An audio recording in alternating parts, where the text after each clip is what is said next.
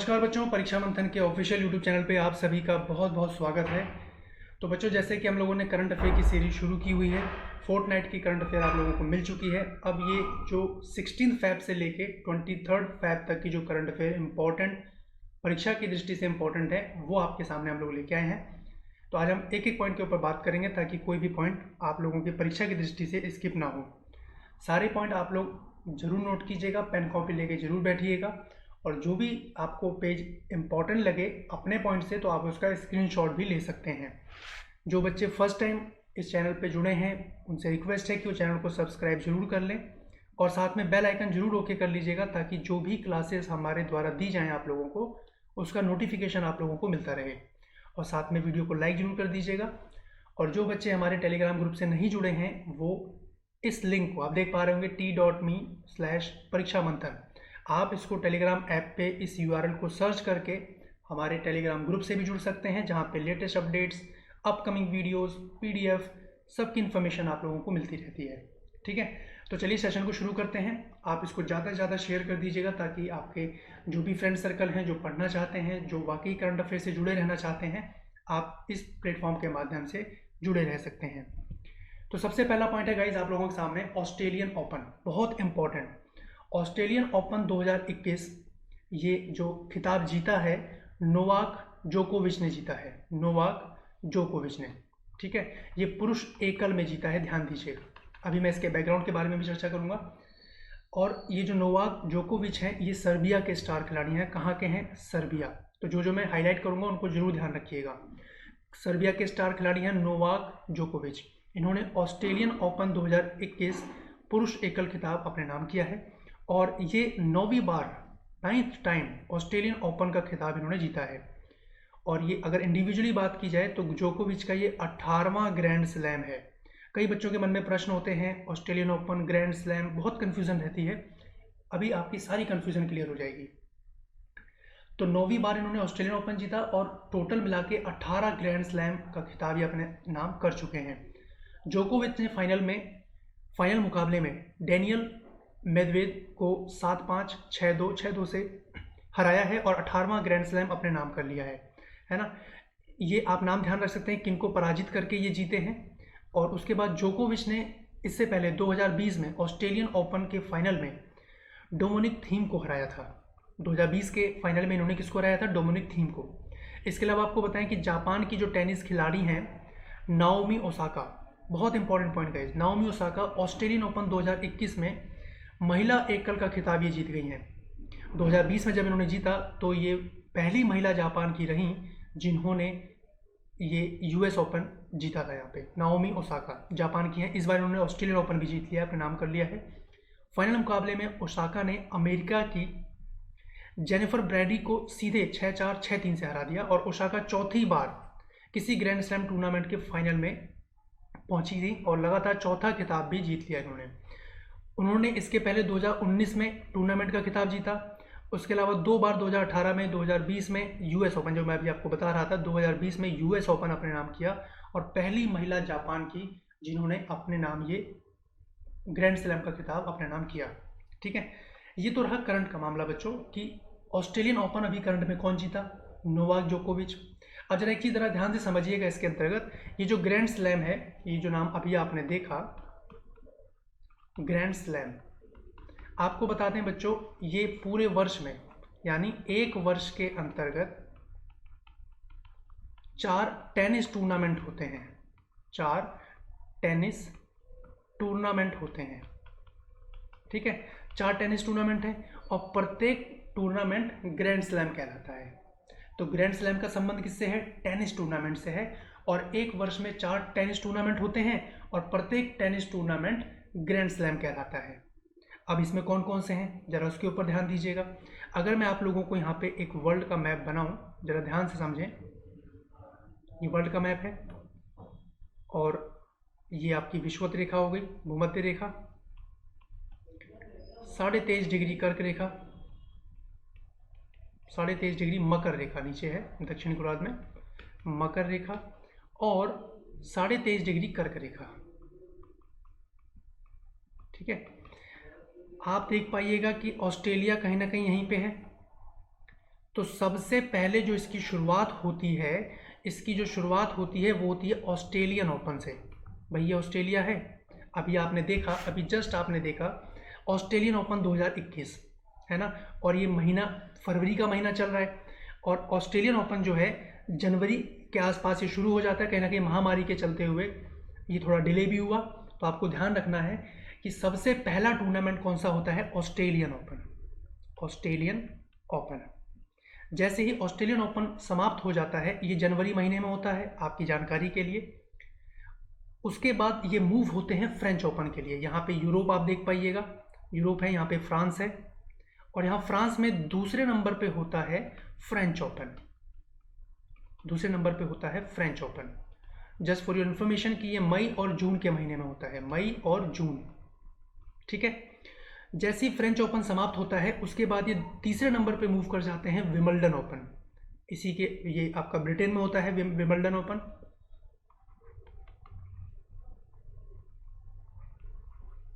Wimbledon open, तो Wimbledon open देखिए परीक्षा में पूछा गया कि टेनिस का सबसे बड़ा ग्राउंड ब्रिटेन में कौन सा है, यही है विंबलडन का ग्राउंड। टेनिस प्रतियोगिता के लिए होता है, ग्रैंड स्लैम प्रतियोगिता यहाँ पे होती है, और ये जून से जुलाई के मंथ में खेला जाता है।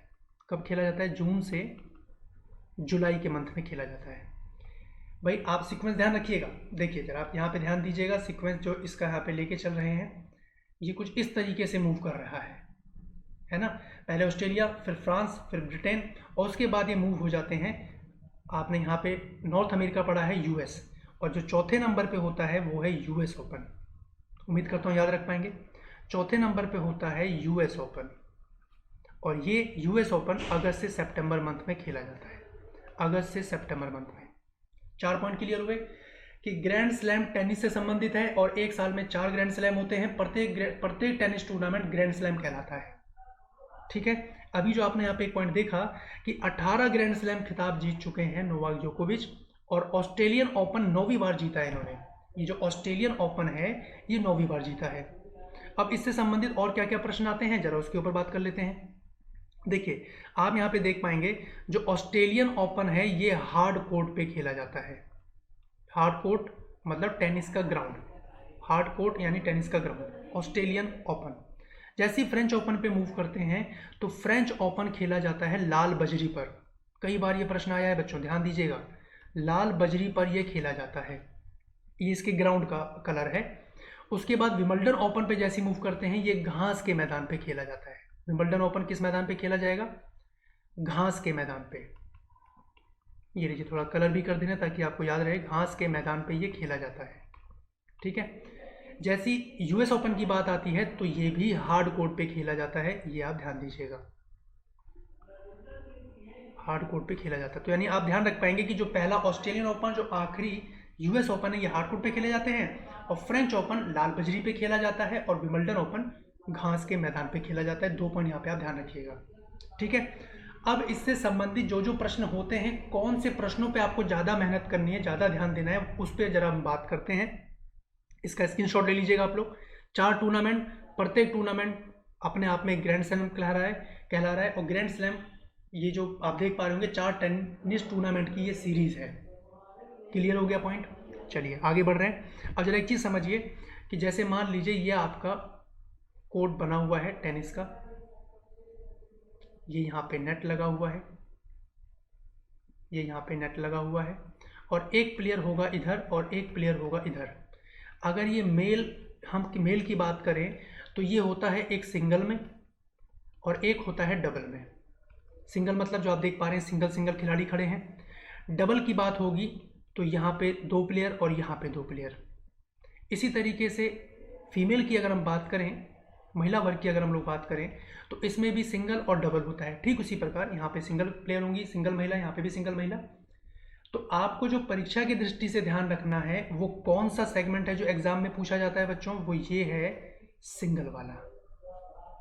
ठीक है, कि मेल में सिंगल में कौन जीता, फीमेल में सिंगल में कौन जीता।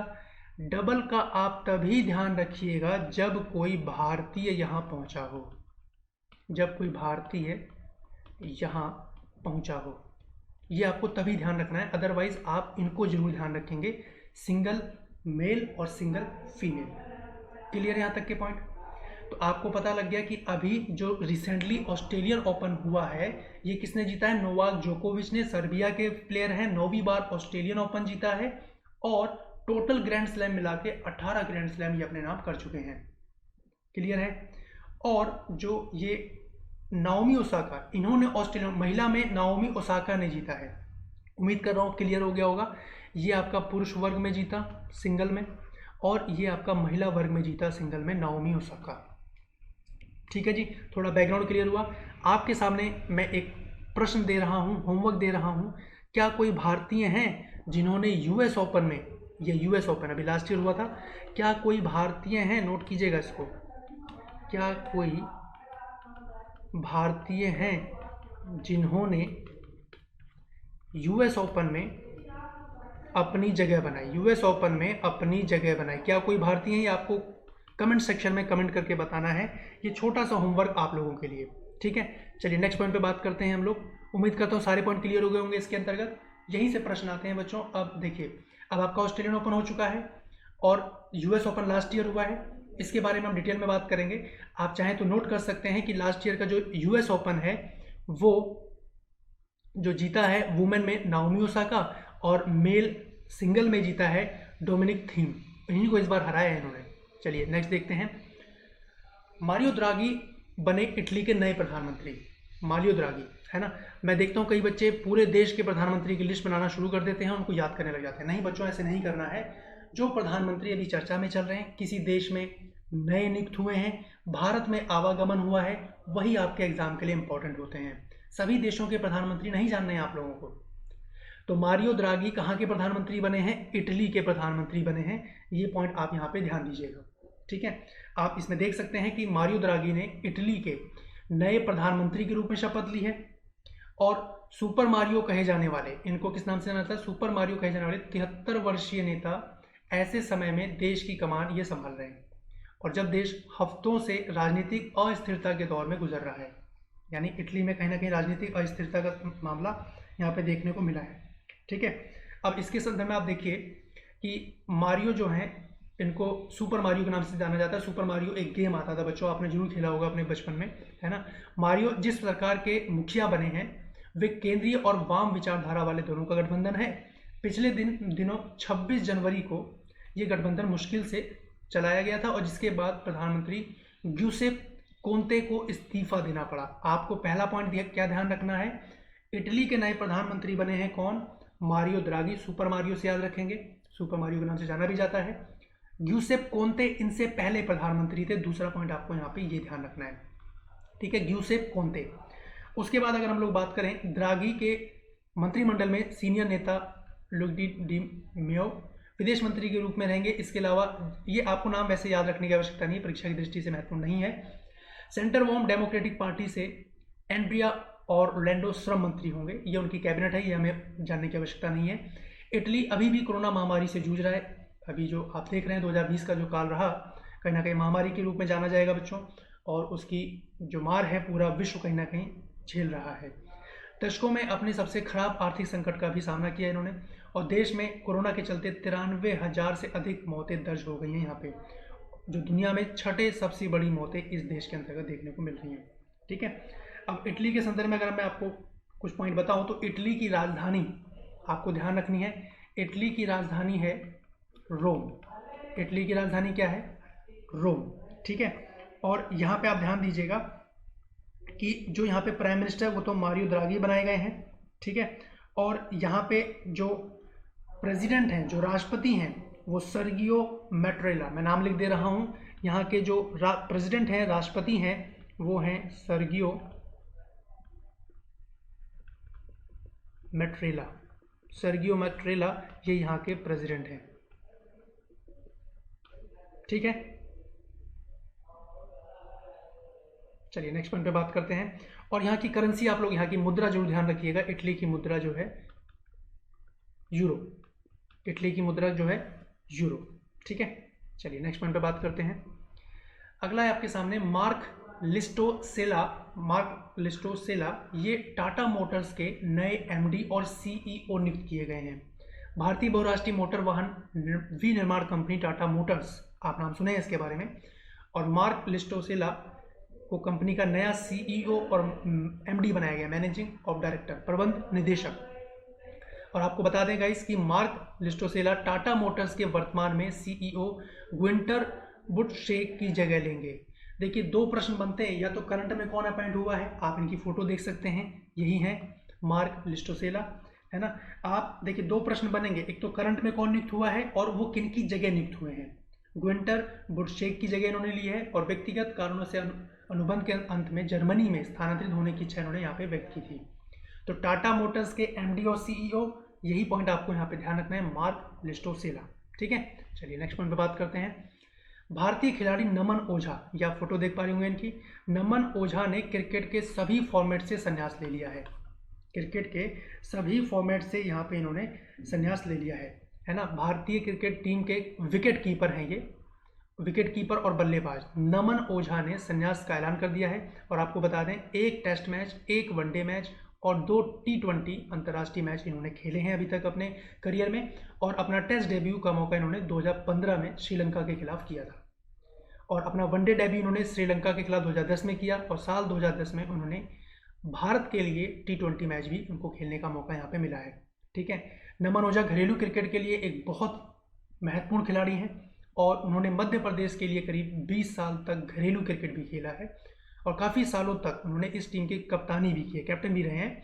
और 146 प्रथम श्रेणी में उन्होंने 41.67 की औसत से इन्होंने 9,700 रन बनाए हैं। ये आपकी परीक्षा के लिए उतना इंपॉर्टेंट नहीं है, बट अभी आप यहाँ पे ध्यान दीजिएगा कि नमन ओझा अभी हाल ही में किसने क्रिकेट के सभी फॉर्मेट से संन्यास लेने की घोषणा की है, ऐलान किया है, नमन ओझा, जो विकेट कीपर और बल्लेबाज दोनों हैं।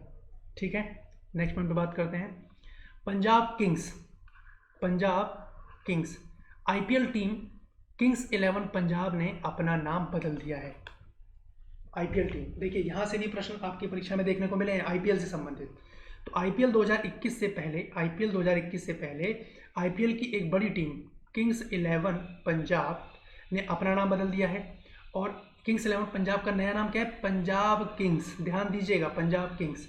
ठीक है, और अब टीम को इसी नाम से जाना जाएगा। मुझे पता है बहुत बच्चे जो रीजनिंग में अल्फ़ाबेट याद करते हैं वो के अल्फ़ाबेट को 11, देखिए जो के अल्फ़ाबेट है वो 11वें नंबर पे आता है। तो बहुत बच्चे कैसे याद करते थे, किंग्स 11 पंजाब, क्योंकि के 11 पे है, मैं जान रहा हूँ। तो पंजाब किंग्स आपको ध्यान रखना है, नया नाम इसका रख दिया गया है। ठीक है, और यहाँ पे पंजाब किंग्स मोहित वर्मन, नेस वाडिया, प्रीति जिंटा और करण पॉल, ये इनकी टीम है सम्मिलित रूप से, जो पहले IPL के लिए खेलती आई हुई है, लेकिन अभी तक एक भी बार IPL का खिताब इन्होंने अपने नाम नहीं किया है। टीम अब तक के 13वें सीजन में केवल एक ही बार फाइनल में ये पहुंची है।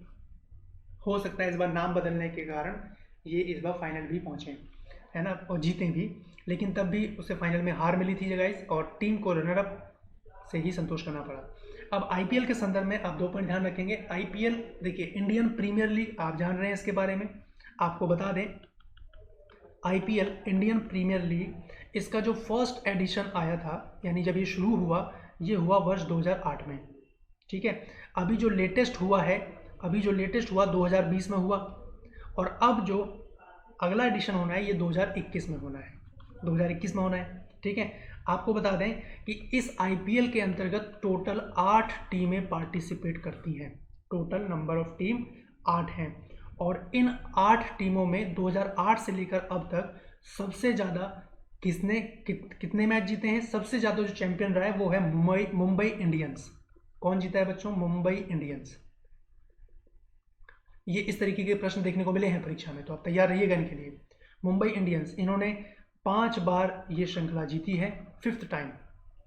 ठीक है, और इसमें सबसे ज़्यादा रन की अगर बात की जाए तो सबसे ज़्यादा जो रन बनाए हैं वो हैं विराट कोहली के द्वारा सबसे ज़्यादा रन इसमें बनाए गए हैं। और सबसे ज़्यादा विकेट की अगर बात की जाए तो लसित मलिंगा, कहाँ के हैं लसित मलिंगा, कमेंट करके बताइएगा, कौन से देश के हैं लसित मलिंगा। ठीक है जी, तो इतने पॉइंट आप IPL के संदर्भ में ध्यान रखेंगे। किंग्स 11 पंजाब का नया नाम हो गया है पंजाब किंग्स। क्लियर है यहाँ तक के पॉइंट। चलिए आगे बात करते हैं। PM मोदी ने उत्तर प्रदेश में महाराजा सुहेलदेव स्मारक का शिलान्यास किया है। बहुत चर्चा में चल रहा है। आप देख पा रहे होंगे सब वर्चुअल, सारी चीज़ें वर्चुअल चल रही हैं, क्योंकि जो महामारी का मामला है उसी को देखते हुए, ध्यान में रखते हुए सारी चीज़ों को आगे बढ़ाया जा रहा है। ये आप यहाँ देख पा रहे होंगे, ये क्या है, महाराजा सुहेलदेव के स्मारक का शिलान्यास किया गया है। तो पीएम मोदी जी ने बसंत पंचमी 16 फरवरी को थी के दिन उत्तर प्रदेश के बहराइच, ये जगह ध्यान रखेंगे, बहराइच में महाराजा सुहेलदेव के स्मारक और चित्तौरा झील के विकास के कार्य की आधारशिला रखी है। तो कहाँ है ये, बहराइच में, उत्तर प्रदेश, यानी यूपी पीसीएस के लिए बहुत इंपॉर्टेंट पॉइंट हो जाता है, ठीक है। और इस पूरी परियोजना में महाराजा सुहेलदेव की एक अश्वारोही प्रतिमा की स्थापना की और एक कैफेटेरिया, यानी जहाँ पे लोग बाग अपना नाश्ता पानी कर सकते हैं, अतिथि गृह, बच्चों के पार्क, विभिन्न पर्यटन स्थल, इन सब के विकास को करना इन्होंने यहाँ पे शामिल किया है। और प्रधानमंत्री जी ने इस अवसर पर महाराजा सुहेलदेव स्वशासी राज्य चिकित्सा महाविद्यालय और महर्षि वाल्मीकि चिकित्सालय बहराइच का यहाँ पे लोकार्पण किया है। तो बहराइच में किया गया है, यह आपके लिए सबसे ज़्यादा इंपॉर्टेंट पॉइंट रहेगा। और इससे पहले केंद्र सरकार ने महाराजा सुहेलदेव की याद में एक विशेष टिकट भी जारी किया है, आप यहाँ देख सकते हैं। और एक सुपरफास्ट ट्रेन सुहेलदेव एक्सप्रेस भी यहाँ पे चलाई जाती है, ठीक है। और ये ट्रेन पूर्वांचल के गाजीपुर से लेकर दिल्ली के आनंद विहार तक चलती है। ध्यान दीजिएगा, अभी कुछ समय पहले एक परीक्षा में पूछा गया था, जो हम सफ़र ट्रेन है उसका गमन कहाँ से कहाँ तक होता है। तो अब ये चर्चा में आया है, तो ये भी देखने को मिल सकता है कि सुपरफास्ट ट्रेन एक्सप्रेस जो सुहेलदेव एक्सप्रेस है, ये कहाँ से कहाँ तक चलती है। तो गाजीपुर से लेकर दिल्ली के आनंद विहार तक, यूपी के, उत्तर प्रदेश के गाजीपुर, दिल्ली में भी एक गाजीपुर है वो नहीं, उत्तर प्रदेश के गाजीपुर से लेकर आनंद विहार तक चलती है। ये आपको यहाँ पे ध्यान देना है। महाराजा सुहेलदेव, कहाँ पे इनकी स्थापना की गई स्मारक की, बहराइच, ठीक है जी। इतने पॉइंट आप लोग जरूर ध्यान रखेंगे, जो आपकी परीक्षा की दृष्टि से बहुत महत्वपूर्ण हो सकते हैं। अगला देखते हैं, भारतीय मूल की प्रीति सिन्हा, भारतीय मूल की प्रीति सिन्हा बनी है संयुक्त राष्ट्रीय पूंजी विकास कोष की अध्यक्ष, यही है भारतीय मूल की प्रीति सिन्हा। आप इनका फोटो देख पाइएगा। भारतीय मूल की इन्वेस्टमेंट एवं डेवलपमेंट बैंकर, भारतीय मूल की है, कौन है, इन्वेस्टमेंट एंड डेवलपमेंट बैंकर प्रीति सिन्हा को संयुक्त राष्ट्रीय पूंजी विकास कोष UNCDF का एग्जीक्यूटिव सेक्रेटरी बना दिया गया है। और प्रीति ने जुडिथ कौल की जगह ली है, किनकी जगह ली है, जुडिथ कौल। और यह UNCDF का सर्वोच्च पद है, आपको यहाँ पे ये ध्यान रखना है।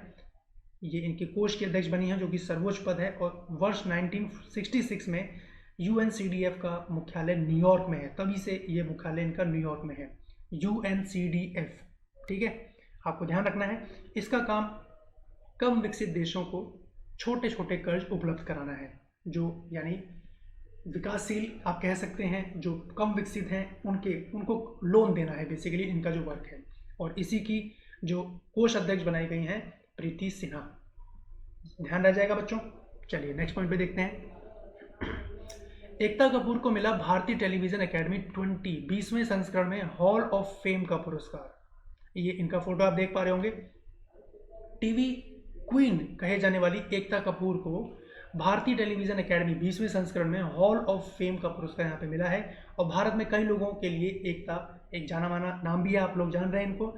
आपको कमेंट सेक्शन में ये बताना है कि एकता कपूर किस फिल्म एक्टर की ये सपुत्री हैं। आपको ये कमेंट सेक्शन में बताना है कि एकता कपूर किस फिल्म एक्टर की ये पुत्री हैं, आप कमेंट सेक्शन में बताइएगा।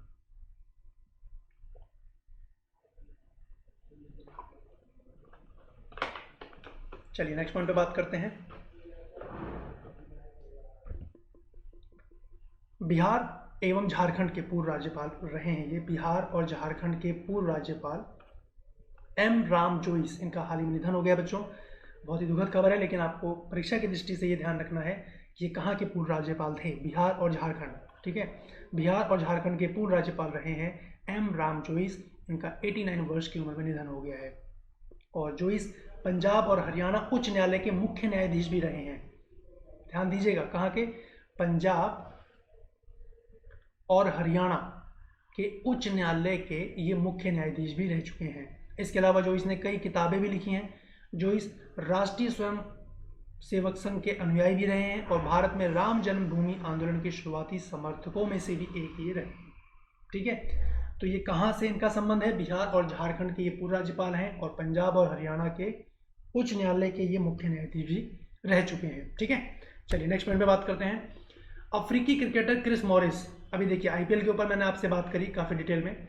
आईपीएल के इतिहास में सबसे महंगे खिलाड़ी ये इस बार लिए गए हैं, है ना।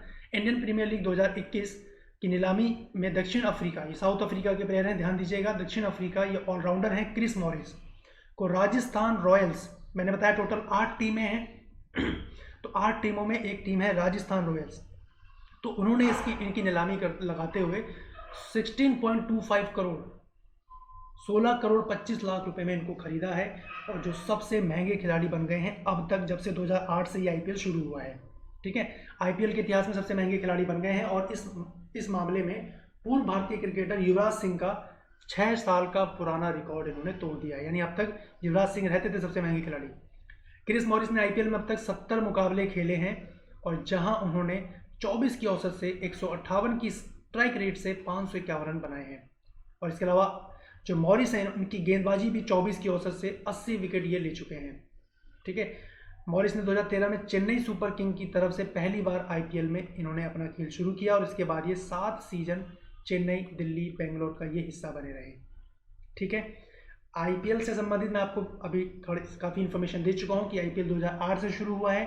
टोटल 8 टीमें इसमें पार्टिसिपेट करती हैं और ये राजस्थान रॉयल की टीम ने इनको इस बार खरीदा है। क्रिस मॉरिस को सबसे महंगे खिलाड़ी ये यहाँ पे बन गए हैं। क्लियर है यहाँ तक? चलिए नेक्स्ट पॉइंट पर बात करते हैं। पीएम मोदी ने असम में महाबाहु ब्रह्मपुत्र नामक योजना शुरू की है। तो महाबाहु ब्रह्मपुत्र नामक योजना कहाँ शुरू की गई है? तो आपको ध्यान रखना है, असम में शुरू की गई है। नरेंद्र मोदी ने असम में महाबाहु ब्रह्मपुत्र नामक योजना शुरू की और असम में कनेक्टिविटी के उद्देश्य से इस योजना की शुरुआत की गई है, महाबाहु ब्रह्मपुत्र।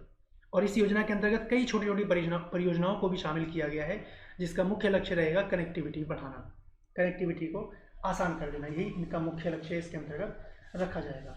ठीक है, इसके बाद अगर हम लोग बात करें कि इसकी शुरुआत के साथ ही निमाटी मंजुली द्वीप बच्चों, ये असम में एक ऐसा द्वीप है जिसको एक राज्य का दर्जा भी मिला हुआ है। मंजुली द्वीप को राज्य का दर्जा भी, गिनीज वर्ल्ड बुक रिकॉर्ड में इसका नाम भी दर्ज है, इसको एक राज्य का दर्जा भी दिया गया है। एक द्वीप है, आप देख पाइएगा गूगल वगैरह करके इसकी फोटो जो है, तो यहाँ पे आपको ध्यान रखना है।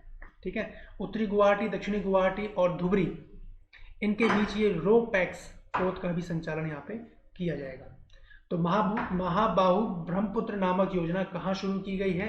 असम में। ध्यान दीजिएगा, उद्देश्य केवल यही है कि कनेक्टिविटी को आसान कर दिया जाए। ठीक है, चलिए नेक्स्ट देखते हैं। World pangolin day. World pangolin day किस दिन बनाया जाता है ये फिक्स नहीं है, लेकिन ये तो फिक्स है कि फरवरी के महीने में तीसरे शनिवार को बनाया जाता है, ये ध्यान दीजिएगा। एग्जामिनर, देखिए एग्जामिनर स्टूडेंट के रिलेशन में नहीं है, ध्यान दीजिएगा। वो प्रश्न कैसे करेगा कि वर्ल्ड पेंगुलिन डे निम्नलिखित में से किस दिन मनाया गया? 3 दिन के नाम लिखेगा, चौथे में लिख देगा इनमें से कोई नहीं। तो अगर आपको पता है कि भाई ये तो फरवरी के महीने के तीसरे शनिवार को मनाया जाता है, then you will hit your correct answer. समझ पा रहे हैं? तो 20 फरवरी 2021 को दुनिया भर में विश्व पेंगुलिन दिवस ये मनाया गया है और यह दिवस फरवरी महीने के तीसरे शनिवार को मनाया जाता है, ध्यान दीजिएगा इसमें। और इस दिवस को मनाने का उद्देश्य पेंगुलिन जीव की प्रजाति जो मिट रही है, जो अस्तित्व उसका खत्म होता जा रहा है, उसको बचाना है। ये आप देख पा रहे होंगे, वर्ल्ड पेंगुलिन डे, यही है इसकी फोटो। आप इसको गूगल करके भी इसकी और भी फोटो, तमाम फोटो आप देख सकते हैं। तो इस बार 20 फरवरी 2021 को ये मनाया गया है। ठीक है, पेंगुलिन के बारे में अगर आप जान पाएँ तो पेंगुलिन एक गहरे भूरे या पीले रंग का शुंडाकार जीव होता है।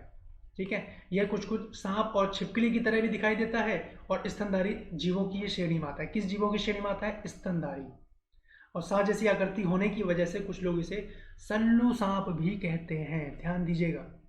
शरीर पर सल्क होने के चलते इसे वज्र शल्क भी कहते हैं। सल्लू सांप, वज्र शल्क, शुंडाकारी जीव, स्तनधारी जीवों में इसकी गणना हो रही है। ये सारे कहीं ना कहीं इस पेंगुलिन के इसके तत्व हैं, आप ध्यान दीजिएगा। यह एक बेहद सीधा जीव है और किसी को नुकसान नहीं पहुंचाता है। पेंगुलिन मुख्य रूप से उत्तराखंड में पाया जाता है, ध्यान दीजिएगा। कहाँ पाया जाता है? उत्तराखंड में। और ये जलीय स्रोतों के आसपास जमीन में बिल बना के रहता है। है ना। कई बच्चे छिपकली वगैरह से डरते हैं कि वो काट लेगी तो इंसान मर जाएगा। अरे छिपकली नहीं काटती भाई, वो इधर उधर भाग जाती है इंसान को देख के, है कि नहीं। जब वो अपने से बड़े इतने विशाल काय मनुष्य को देखती है तो वो उसको भी अपने अस्तित्व का खतरा रहता है। तो आप छिपकली वगैरह से नहीं डरें भाई, है ना। चलिए अब यहाँ पे जरा एक चीज़ समझें कि अगर भारत और म्यांमार की बात की जाए तो भारत ने अभी रिसेंटली एक पनडुब्बी सिंधु वीर म्यांमार को सौंपने का यहाँ पे प्रॉमिस किया है। आप जरा ध्यान दीजिएगा, अगर मैं यहाँ पे भारत की एक हल्का सा डायमेंशन यहाँ पे बनाऊं, है ना, तो भारत यानी पहला पनडुब्बी सिंधु वीर, आप ध्यान दीजिएगा, पहला पनडुब्बी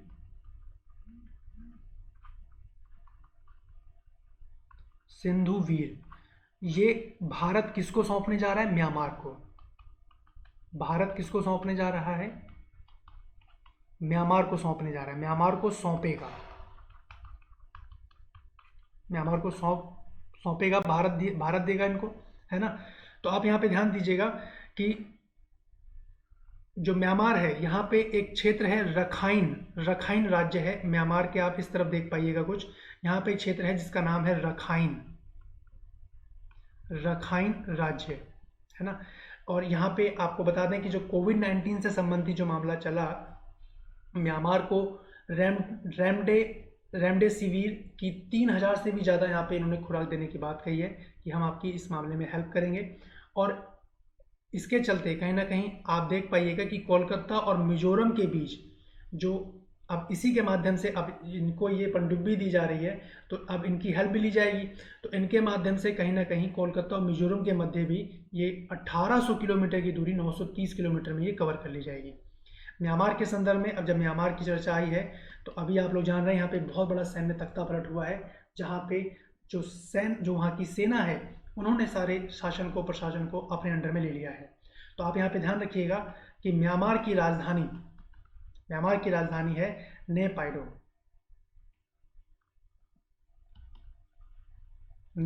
म्यांमार की राजधानी है, ठीक है। और यहाँ पे जो लार्जेस्ट सिटी है वो है यंगून। कौन सी है? यंगून, ठीक है। और यहाँ पे जो स्टेट काउंसलर रही, अब नहीं है, क्या नाम है उनका? आंग सांग सूकी।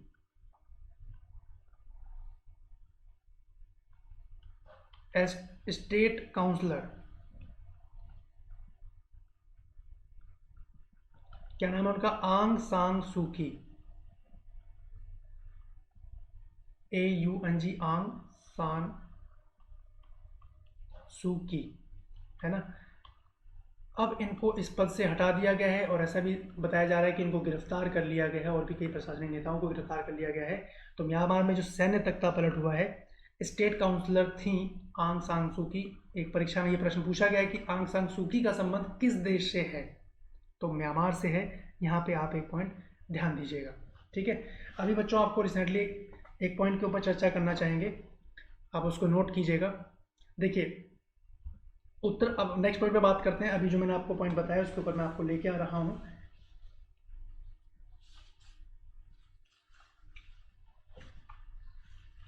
इसमें आप लिखिएगा, देखिए उत्तराखंड बना महिलाओं को संपत्ति का अधिकार देने वाला पहला राज्य।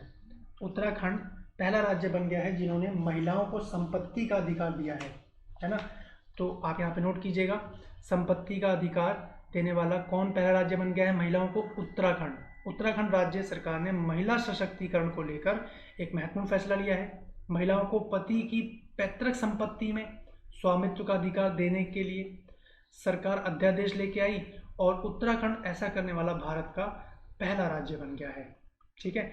उत्तराखंड के राजस्व रिकॉर्ड में भी पति की पैतृक संपत्ति में पत्नी का नाम दर्ज किया जाएगा या नाम दर्ज वहाँ पे होगा। ये पॉइंट आप लोग यहाँ पे ध्यान रखिएगा, ठीक है। उसके बाद जरा नेक्स्ट पॉइंट पे देखते हैं कि वर्ल्ड थिंकिंग डे 22 फरवरी को मनाया गया है।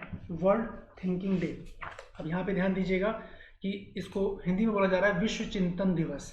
वर्ल्ड थिंकिंग डे 22 फरवरी, है ना। यह दिवस प्रतिवर्ष 22 फरवरी को ही मनाया जाता है और यह दिवस जो है दुनिया भर में गर्ल गाइड और गर्ल स्काउट को एक दूसरे की सराहना दिखाने की अनुमति भी देता है। इस दिन को खास तौर पे गर्ल्स गाइड और गर्ल्स स्काउट के बारे में सोचने के लिए विश्व भर में ये मनाया जा रहा है। किसके लिए मनाया जा रहा है, यहाँ पे ये पॉइंट जरूर ध्यान दीजिएगा।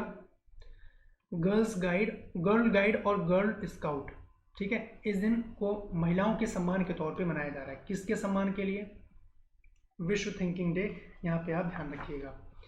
और 22 फरवरी को इसलिए चुना गया क्योंकि यह स्काउट और गाइडिंग के संस्थापक लॉर्ड रॉबर्ट बैडन पावेल, बहुत इंपॉर्टेंट पॉइंट, स्काउट के जनक कौन है, बैडन पावेल, और लेडी ऑल्वे बैडन पावेल उनकी पत्नी, और विश्व मुख्य मार्गदर्शक का जन्मदिन था इस दिन, इसीलिए 22 फरवरी ये चुना गया है। ठीक है, आप लोगों ने अपने स्कूल के समय में कहीं ना कहीं स्काउट कभी ना कभी ली होगी, जिन बच्चों ने ली है उनको पता होगा। तो ये प्रश्न आपके सामने देखने को मिल सकता है कि स्काउट के जनक कौन है, तो बैडन पावेल है ना। और ये प्रश्न आ सकता है कि विश्व चिंतन दिवस ये कब मनाया गया है, तो आपको ध्यान देना है 22 फरवरी। इंटरनेशनल मदर लैंग्वेज डे, इसमें ध्यान दीजिएगा, इंटरनेशनल मदर लैंग्वेज डे ये 21 फरवरी को विश्व मातृभाषा दिवस ये मनाया गया है। ठीक है, इंटरनेशनल मदर लैंग्वेज डे, और ये दिन, ये जो दिवस मनाया गया है ये 21 फरवरी को ही मनाया जाता है। कल्चरल डाइवर्सिटी को ये प्रमोट करने के लिए ये दिन खास तौर पे मनाया जाता है, और इस दिवस को मनाने का उद्देश्य भाषा में विविधता को बढ़ाना है। ठीक है, भाषा में विविधता को बढ़ाना है, यहाँ पे ध्यान दीजिएगा। इंटरनेशनल मदर लैंग्वेज डे कब मनाया गया है, 21 फरवरी। ठीक है, आप लोगों की जो परीक्षा होनी है पीसीएस की, वो उसकी जो डेट है वो 13 जून है, 13 जून को ये परीक्षा होनी है।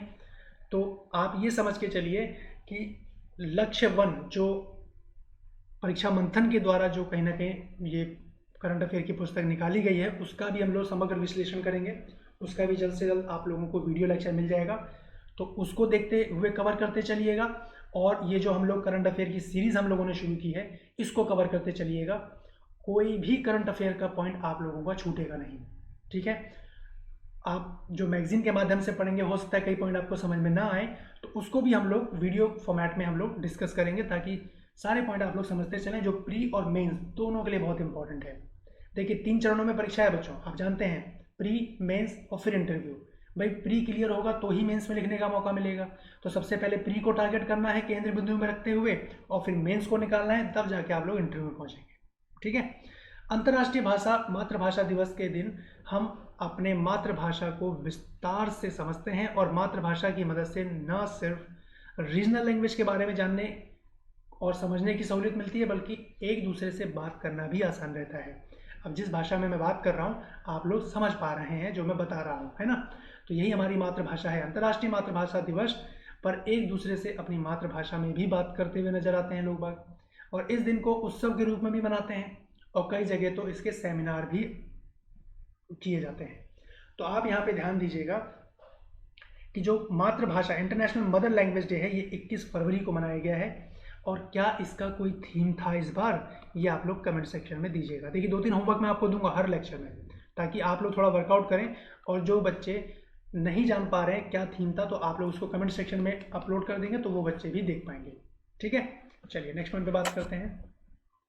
कोविड वॉरियर मेमोरियल, उड़ीसा सरकार ने राज्य में कोविड वॉरियर मेमोरियल स्थापित करने का निर्णय लिया है। बहुत इंपॉर्टेंट पॉइंट बन जाता है, किस राज्य में स्थापित किया जा रहा है, उड़ीसा में।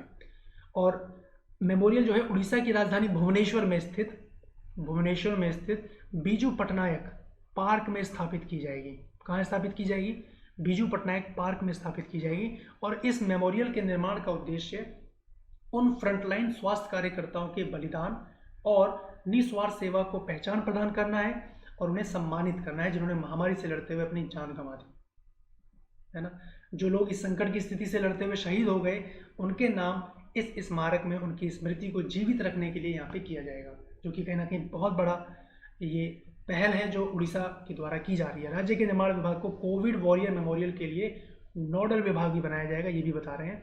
और आंकड़ों की यहाँ पे बात करें तो उड़ीसा में अब तक महामारी से मुकाबला करते हुए लगभग 60 फ्रंटलाइन स्वास्थ्य कार्यकर्ताओं और स्वास्थ्य कर्मचारियों की मृत्यु हो चुकी है। ठीक है, तो कोविड वॉरियर मेमोरियल कहाँ पे है, कहाँ पे स्थापित किया जा रहा है, उड़ीसा। कौन से पार्क में, बीजू पटनायक पार्क, उड़ीसा की राजधानी, उम्मीद करता हूँ हर बच्चा जानता है, भुवनेश्वर। ठीक है, चलिए नेक्स्ट पॉइंट पे बात करते हैं।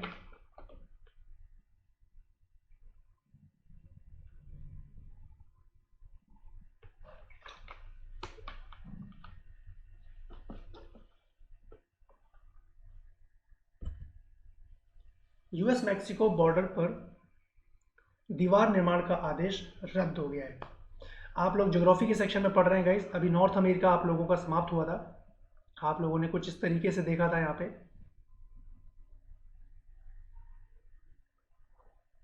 है ना, कुछ इस तरीके से देखा था। यहाँ पे आपकी रियो ग्रांडे नदी जो राजनीतिक सीमा, प्राकृतिक सीमा बना रही है यूएसए और मैक्सिको के मध्य। और वहीं डोनाल्ड ट्रंप जी के द्वारा कहा गया था कि यूएस मैक्सिको बॉर्डर वॉल का निर्माण किया जाएगा, सीमा पर दीवार का निर्माण किया जाएगा, जो कहीं ना कहीं अब फाइनली रद्द हो गया है ना। मैंने आपको बताया था इस रियो ग्रांडे नदी के बारे में। और करंट अफेयर में जो मामला चल रहा है वो ये वाला पॉइंट है कि अमेरिकी राष्ट्रपति जो बाइडेन ने पूर्व राष्ट्रपति डोनाल्ड ट्रंप द्वारा अमेरिका मैक्सिको सीमा पर दीवार के निर्माण को लेकर ये जारी किया है कि आपातकालीन आदेश जो दिया गया था उसको रद्द कर दिया है ना। और इस दीवार के निर्माण में कुल $25 बिलियन खर्च किए जा चुके हैं। और अमेरिका मैक्सिको बॉर्डर 2000 मील लंबा है तथा यह सीमा अमेरिका के 4 राज्यों कैलिफोर्निया, एरिजोना, न्यू मैक्सिको और टेक्सास से लगी हुई है। ध्यान दीजिएगा, अब ये जो नाम आ रहे हैं इनको आप लोग मैप में हाईलाइट जरूर कर लीजिएगा, कैलिफोर्निया, एरिजोना, न्यू मैक्सिको और टेक्सास। इस पर उचित तरीके से फेंसिंग नहीं हो पाई है, जिसके कारण कोई भी मैक्सिकन नागरिक अमेरिका में प्रवेश कर सकता है। अमेरिका में होने वाले इस अवैध प्रवासन को रोकने के लिए अमेरिका और मैक्सिको की सीमा पर इस दीवार को बनाना, जो पूर्व राष्ट्रपति डोनाल्ड ट्रंप रहे, उन्होंने इसको चुनावी अभियान का मुख्य हिस्सा यहाँ पे बनाया था कि हम लोग, ये आप देख पा रहे होंगे, ये आप मैप में देखिए, यहाँ पे ये जो आप दीवार देख पा रहे हैं, ये यहाँ से, ये न्यू मैक्सिको, एरिजोना और कैलिफोर्निया, इनको जरूर हाईलाइट कीजिएगा आप लोग।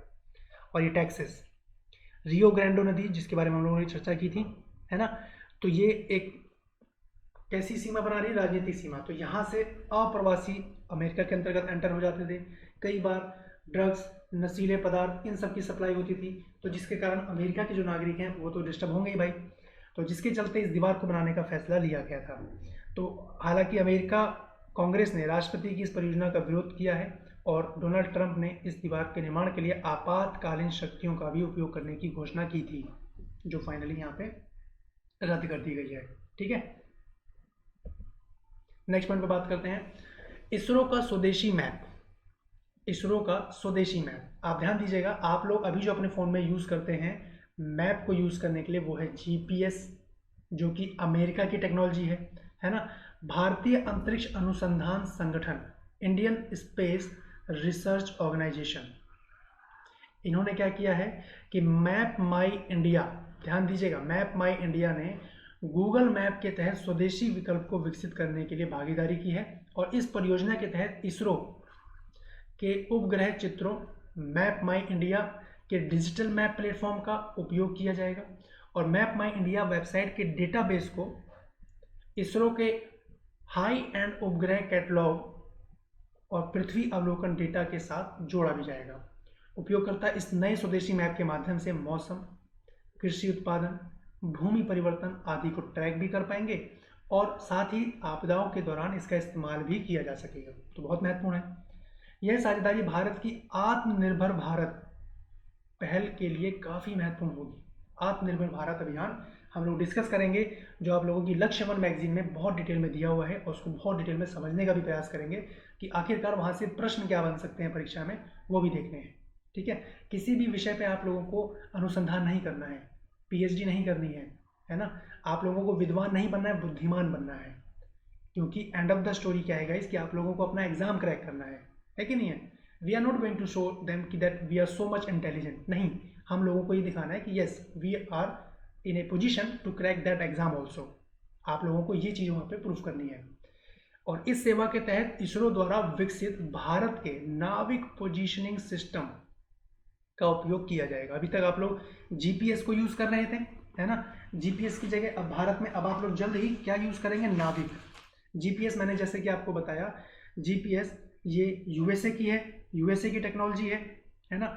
उसी के संदर्भ में अगर हम लोग इसरो की बात करें तो इसरो के संदर्भ में आप देखिएगा कि इसरो भारतीय अंतरिक्ष अनुसंधान संस्थान की स्थापना 1969 में हुई और ये भारत सरकार की अंतरिक्ष एजेंसी है और इसका मुख्यालय कहाँ है?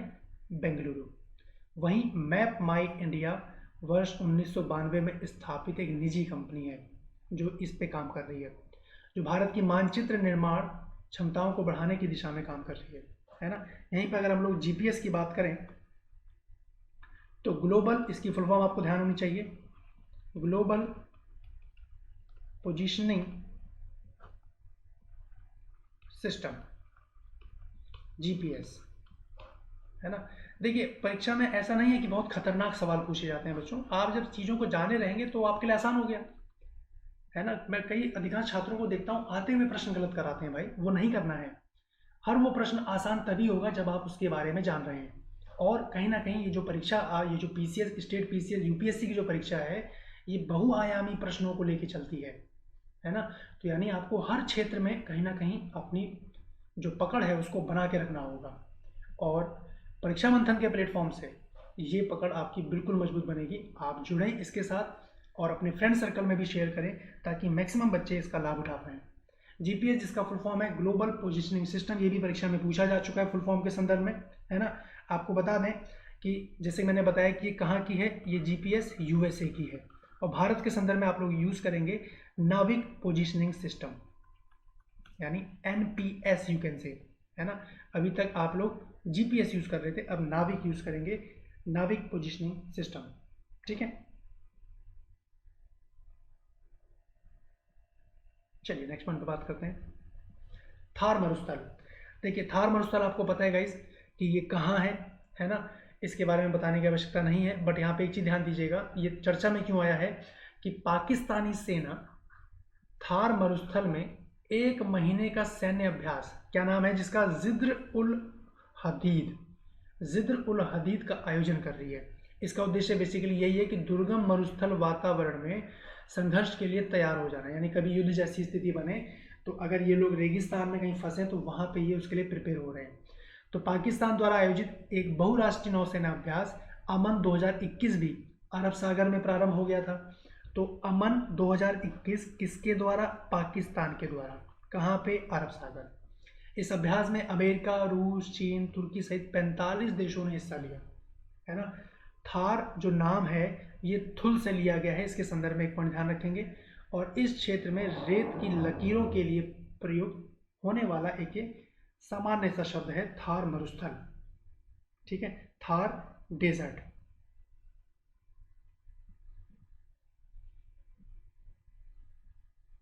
थार डेजर्ट की अगर हम लोग बात करें तो आप लोग जान रहे हैं कि ये ग्रेट इंडियन डेजर्ट है ना, ग्रेट इंडियन डेजर्ट, और जो कहीं ना कहीं राजस्थान और पाकिस्तान के अंतर्गत कहीं ना कहीं ये आ रहा है।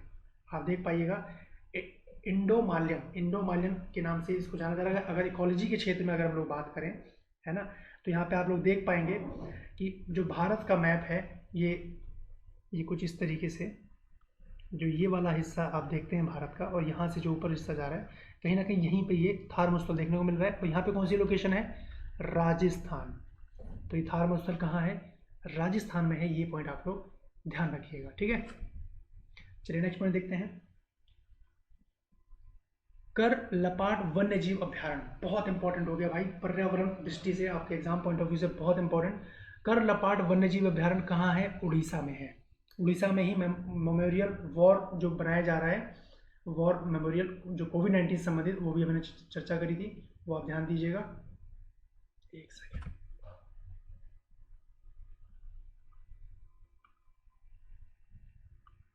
देखिए कर लपाट वन्यजीव अभ्यारण्य कहाँ है? उड़ीसा में है। देखिए ऐसे ही प्रश्न आते हैं गाइस, जो पॉइंट चर्चा में चल रहा है वो एग्जाम में देखने को मिल जाता है। तो आप जो करंट में मामला है वो आप उससे अपनी पकड़ को बना के रखेंगे। आप चैनल को देखते रहें, सारी क्लासेस आपको मिलती रहेंगी। अगर देखिए यहाँ पे बात की जाए कि उड़ीसा के कालाहांडी जिले में स्थित कर लपाट वन्यजीव अभ्यारण्य में हेमरेज सेप्टिसिमिया के कारण 6 हाथियों की मौत हो गई है। आप देख पा रहे होंगे यहाँ पे ये हाथी, मृत हाथी पड़ा हुआ है, हाथियों की मौत हो गई है। किसके कारण? हेमरेज सेप्टिसिमिया, और कौन से वन्यजीव अभयारण्य की बात हो रही है? करलपाड़ वन्यजीव अभयारण्य, जो कि उड़ीसा के कालाहांडी जिले में है। ठीक है। हेमरेज सेप्टिसिमिया होता क्या है, जरा इसके बारे में जान पाएं कि यह बीमारी उन जानवरों को संक्रमित करती है जो पास्टरेला मोल्टिसिडा नामक एक संक्रामक बैक्टीरिया द्वारा दूषित जल या मिट्टी के संपर्क में आ जाते हैं, और इस बीमारी में जानवरों के श्वसन तंत्र, फेफड़े ये प्रभावित हो जाते हैं, और जिसके कारण निमोनिया हो जाता है, और फाइनली प्रॉपर इलाज ना होने के कारण इनकी मृत्यु भी हो जाती है। यानी इनकी मृत्यु के कारण कौन बन रहा है? ये HS, हेमरेज सेप्टिसिमिया। इसके संदर्भ में आपको ध्यान रखना है कि करलपाड़ वन्यजीव अभयारण्य उड़ीसा में है। आइए बात करते हैं कि उड़ीसा के क्या और भी कोई वन्यजीव अभयारण्य है जो एग्जाम पॉइंट ऑफ व्यू से इंपॉर्टेंट है। भाई चर्चा में तो ये चल रहा है करलपाड़ वन्यजीव अभयारण्य, लेकिन इसके अलावा और भी पॉइंट देखने को मिल सकते हैं। वो कौन से हैं? देखिए जरा, राष्ट्रीय उद्यान, अगर नेशनल पार्क की बात की जाए, नेशनल पार्क, तो भीतरकनिका राष्ट्रीय उद्यान उड़ीसा में है। इस उद्यान में देश में लुप्त प्राय खारे पानी के मगरमच्छों का सबसे बड़ा समूह यहाँ निवास करता है। तो भीतरकनिका राष्ट्रीय उद्यान आपको ध्यान रखना है, उड़ीसा में तो है ही है। किसके लिए फेमस है? मगरमच्छ के बड़े समूह के लिए। ठीक है। अगला सिमलीपाल राष्ट्रीय उद्यान, कई बार परीक्षा में देखने को मिलता है सिमलीपाल। इस उद्यान का नाम सेमल या लाल रेशमी कपास के पेड़ों से प्रेरित है। सेमल या लाल रेशमी कपास के पेड़ों से प्रेरित है, जो इस क्षेत्र में बहुतायत पाए जाते हैं। ये तो हो गया नेशनल पार्क, राष्ट्रीय उद्यान, है ना। हम लोग बात करेंगे जब हम लोग इकोलॉजी और एनवायरनमेंट सेक्शन शुरू करेंगे, तो वहाँ पे हम इन सेतु एक सेतु के बारे में बात करेंगे डिटेल में, जहाँ जो सेक्शन आपको समझना बहुत जरूरी है, बट अभी जो करंट में चल रहा है उसके संदर्भ में हम लोग बात कर रहे हैं। तो वन्यजीव अभयारण्य यहाँ पे एक और है, ये वन्यजीव अभयारण्य करलपाड़ तो आपने देख ही लिया है। बदरमा वन्यजीव अभयारण्य, तो ये आर्द्र साल वनों की उपस्थिति के लिए जाना जाता है। किसके लिए? साल वनों की उपस्थिति के लिए। उसके बाद है चिलिका नलबन वन्यजीव अभयारण्य। चिलिका झील जो एशिया की सबसे बड़ी झील है और विश्व की दूसरी, एशिया की सबसे बड़ी और विश्व की सबसे बड़ी झील है ना, विश्व की दूसरी। यानी अगर बात की जाए कि विश्व की सबसे बड़ी झील कौन है? कैस्पियन सागर। ध्यान दीजिएगा, विश्व की सबसे बड़ी झील कैस्पियन सागर है, सबसे बड़ी झील, विश्व की सबसे बड़ी झील कैस्पियन सागर, है ना। और ये सबसे बड़ी खारे पानी की भी झील है, खारे पानी की झील है। और अगर हम लोग बात करें कि विश्व की दूसरी सबसे बड़ी झील कौन है, तो वो चिलिका झील है, आपको ध्यान रखना है। ठीक है। आप देख पाइएगा ये भी खारे पानी की झील है। ये उड़ीसा यहाँ पे, या झील मान लीजिए झील का लोकेशन बना हुआ है, तो कहीं ना कहीं उड़ीसा के आंतरिक क्षेत्र में भी आ रहा है, तो समुद्र का जो खारा पानी है वो इसमें देखने को मिलता है। ठीक है, चिलिका झील। चलिए अगला देखते हैं, हथगढ़ वन्यजीव अभयारण्य। ये सालंदी नदी इस अभयारण्य से होकर गुजर रही है। कौन सी नदी? हथगढ़ वन्यजीव अभयारण्य है कहाँ? उड़ीसा में ही है। सालंदी नदी इस अभयारण्य से होकर गुजर रही है। नेक्स्ट है बैसीपल्ली वन्यजीव अभयारण्य। कौन सी है? बैसीपल्ली वन्यजीव अभयारण्य। यह बाघों, तेंदुओं, हाथियों और कुछ शाकाहारी जानवरों जैसे चौसिंगा, इनकी संख्या बड़ी मात्रा में यहाँ देखने को मिलती है, और यहाँ पे वन से भी आच्छादित क्षेत्र यहाँ देखने को मिल रहे हैं। बैसीपल्ली वन्यजीव अभयारण्य, ध्यान रखिएगा कहाँ है? उड़ीसा में है। ठीक है। अगला देखते हैं कोटगढ़ वन्यजीव अभयारण्य। कौन सा है? कोटगढ़ वन्यजीव अभयारण्य।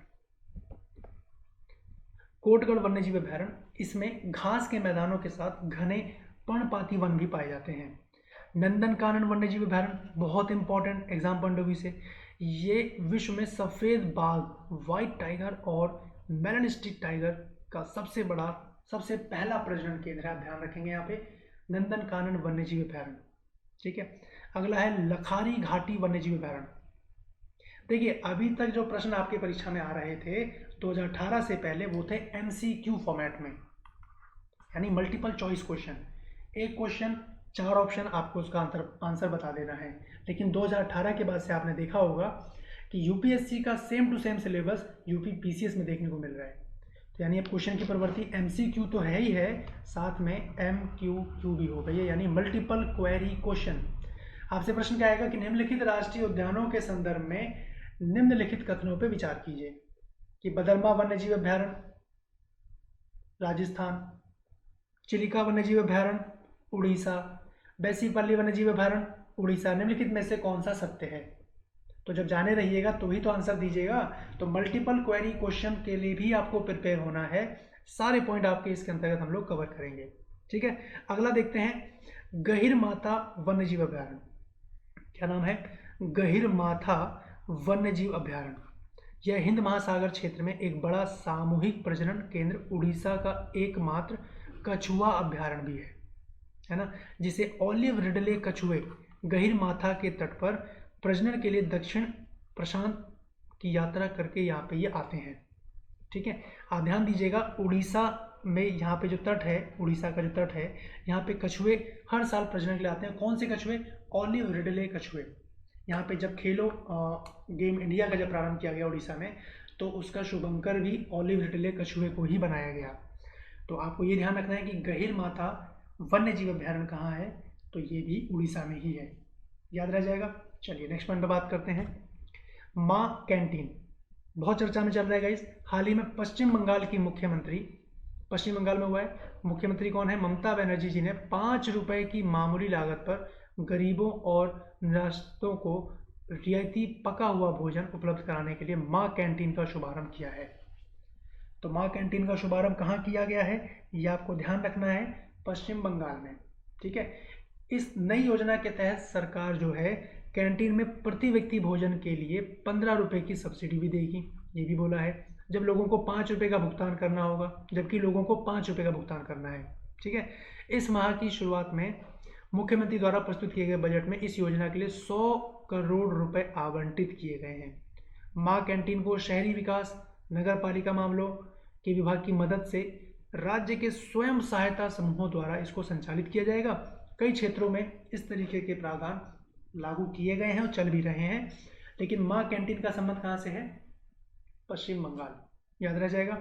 चलिए, और महामारी के बाद भारत समेत संपूर्ण विश्व में खाद्य सुरक्षा को लेकर कहीं ना कहीं चिंता बहुत ज़्यादा गंभीर हो गई है गाइस, और ऐसे में पश्चिम बंगाल सरकार की यह योजना राज्य के गरीब अपेक्षाकृत संवेदनशील लोगों के लिए खाद्य सुरक्षा सुनिश्चित करने के लिए काफ़ी महत्वपूर्ण ये साबित होगी। ठीक है, इस पे ध्यान दीजिएगा। माँ कैंटीन का संबंध कहाँ से है? तो पश्चिम बंगाल। अगला देखते हैं मंदारिन बत्तख। ये आप बत्तख देख पा रहे होंगे, बहुत ब्यूटीफुल बत्तख है, डक आप कह सकते हैं। जब आप लोग ऐसी डक को सामने देखिएगा तो आपका मन करेगा उसको एक बार हाथ में ले लिया जाए, है ना। मंदारिन बत्तख हाल ही में असम के, कहाँ पे? असम के तिनसुकिया जिले में मगुरी मोटापुंग बील में 1 सदी के बाद मंदारिन बत्तख देखी गई है। तो आपसे प्रश्न यहाँ क्या बनेगा कि मंदारिन बत्तख का वैज्ञानिक नाम, मंदारिन बत्तख किस राज्य से संबंध रख रही है? तो असम। इसका वैज्ञानिक नाम की अगर हम लोग बात करें तो आप ध्यान दीजिएगा, एक्स गिलेरी क्विलेटा। ठीक है, एक्स गिलेरी क्यूलेटा, ये इसका वैज्ञानिक नाम है। इसका जो रियल नेम है वो है मंदारिन बत्तख। ठीक है, और इसकी खोज की अगर बात की जाए, मंदारिन बत्तख की पहचान सबसे पहले 1758 में स्वीडिश वनस्पति शास्त्री, चिकित्सक और प्राणी विज्ञानी थे कार्ल लिनियस, इन्होंने की थी इस बत्तख की पहचान, है ना। आप ध्यान दीजिएगा, वैज्ञानिक नाम एक्स गिलेरी क्विलेटा। ठीक है, मंदारिन बत्तख। नेक्स्ट देखते हैं, Hyderabad 2020 tree city of the world. Hyderabad को ये दिया गया है और भारत में हैदराबाद ये मान्यता पाने वाला एकमात्र शहर बन गया है ना। हार्वर्ड डे फाउंडेशन संयुक्त राष्ट्र के खाद्य और कृषि संगठन द्वारा हैदराबाद शहर को, तेलंगाना की राजधानी को 2020 ट्री सिटी ऑफ वर्ल्ड के रूप में मान्यता दी गई है और हैदराबाद ये मान्यता पाने वाला पहला राज्य बन गया है। ध्यान दीजिएगा इसके ऊपर। ठीक है, अगला है छत्रपति शिवाजी महाराज। देखिए, है तो इतिहास का मामला लेकिन कहीं ना कहीं करंट में चल रहा है। 19 फरवरी 2021 को छत्रपति शिवाजी महाराज की 351वीं जयंती यहाँ पे मनाई गई है। पुणे के जुना शहर तहसील शिवनेरी किले में जन्मे थे ये और भोसले मराठा कबीले से थे। उन्होंने मराठा साम्राज्य की स्थापना के लिए रायगढ़ को अपनी राजधानी बनाई थी। ये आप लोग इतिहास में पढ़ेंगे, लेकिन अब यहाँ से आपको हिंट क्या मिलता है, इतिहास में कौन सा क्षेत्र आपको भी बहुत इंपॉर्टेंट तरीके से देखना है, छत्रपति शिवाजी महाराज वाला, यानी मराठा वाला जो क्षेत्र, मराठा वाला जो सेगमेंट है वो आपको बहुत अच्छे तरीके से तैयार कर लेना है। छत्रपति शिवाजी को औरंगजेब कहते थे माउंटेन रैट, पहाड़ी चूहा। क्यों बोलते थे? क्योंकि ये मुगल सैनिकों पर हमला करते थे और वापस पहाड़ों में जाके छुप जाते थे, तो पहाड़ी चूहे के नाम से औरंगजेब ने किसको संबोधित किया? छत्रपति शिवाजी महाराज को संबोधित किया। ठीक है। अगला है कार्बन वॉच मोबाइल एप्लीकेशन। आपको यहाँ पे एक ही पॉइंट ध्यान रखना है कि कार्बन वॉच मोबाइल एप्लीकेशन किस राज्य के द्वारा शुरू की गई है? तो चंडीगढ़ के द्वारा ये शुरू की गई है। इसका उद्देश्य एक व्यक्ति के कार्बन फुटप्रिंट का आकलन करना है और इसके साथ चंडीगढ़ इस तरह ये करने वाला पहला यूनियन टेरिटरी बन जाता है। ठीक है। तो आपको इसके संदर्भ में एक ही पॉइंट ध्यान रखना है कि कार्बन वॉच मोबाइल एप्लीकेशन किस राज्य में शुरू की गई है? तो चंडीगढ़। ठीक है। ठीक है बच्चों, आज के सेशन में हम इतना ही रखते हैं और चलते चलते आपको एक छोटा सा होमवर्क देना चाहेंगे कि डार्विन फिंच